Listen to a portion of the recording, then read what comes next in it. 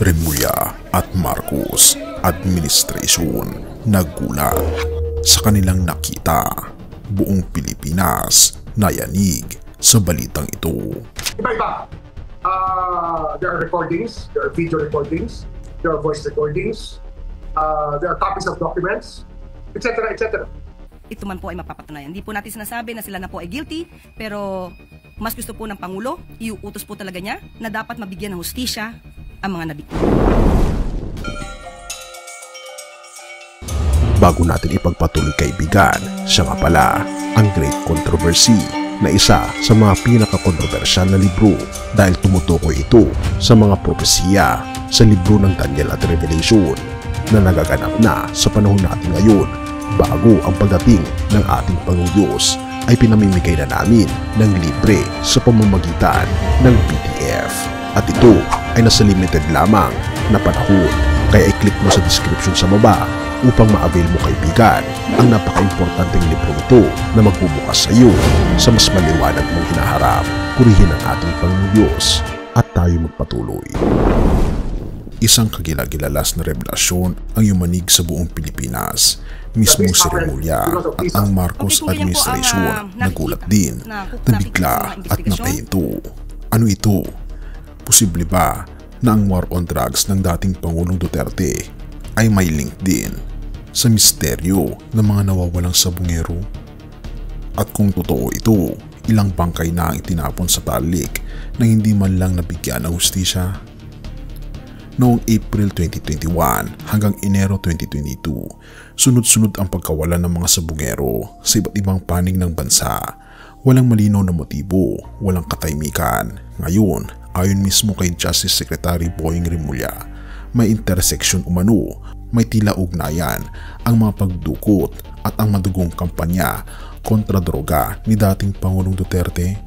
Ayon daw sa intelihensyang hawak ng DOJ, maaring ang mga nasa likod ng drug war ay siya ring responsable sa pagkawala at posibleng pagpatay ng mga sabungero. Ipinag-utos na rin ng Malacanang na palalimin ang investigasyon. Ika pa ni Atty. Claire Castro, tagapagsalita ng palasyo, ay nagsabi kung ganyan po ang nakikita sa mga investigasyon, mas lalo pa po dapat itong palawigin. Kung ito man po ay mapapatunayan. Sa panig naman ng mga nasasangkot, nagsalita si Julie Dondon Patidongan, isa sa mga akusado sa pagdukot. Ang nakakabiglang pahayag, pinatay raw agad ang mga biktima, pagkakuha at itinapon ang mga bangkay sa talik. At hindi lang iyon, binanggit din niya ang pangalan ng negosyanteng si Atong Ang bilang utak umano ng lahat. Isinama pa niya ang aktres na si Gretchen Barreto. Pareho nilang itinanggi ang akusasyon at naghain ng kaso si Ang laban kay Patidongan. Ito ba ay senyales ng mas malalim pang karahasan sa likod ng kampanya kontra krimen o bahagi ng masalimuot na laban sa kapangyarihan? Isang bagay ang malinaw, kung totoo ito, ang sabong ay salang-palang harapan, pantakip sa mga madugong laro. Susunod na kabanata, may pangalan pa bang isasangkot? Sino ang talagang may sala? At ilang pamilya pa ang maghihintay ng bangkay na di nababalik? Have mercy, O God. Sa gitna ng mga karumal-dumal na krimeng ito na tila binabaon sa limot, isang mas mataas na hukuman ang naghihintay, ang hukuman ng ating Panginoong Diyos. Unang Pedro 4:17, sapagkat darating ang panahon na ang hatol ay magsisimula sa bahay ng Diyos, at kung ito'y magsimula sa atin, ano kaya ang wakas nila na hindi sumusunod sa ebanghelyo ng Diyos? Hindi maikukubli sa Kanya ang alinmang kasalanan. Ang mga lihim ay ilalantad, ang mga bangkay na inililibing sa katahimikan ay isisigaw ng langit sa araw ng paghukom. Walang makakatakas, walang makakatago, sapagkat tayong lahat ay haharap sa hukuman ni Kristo. Roma 14:10b.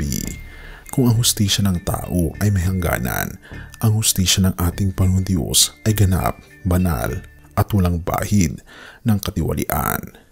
Purihin ang ating Panginoong Diyos at tayo manalangin.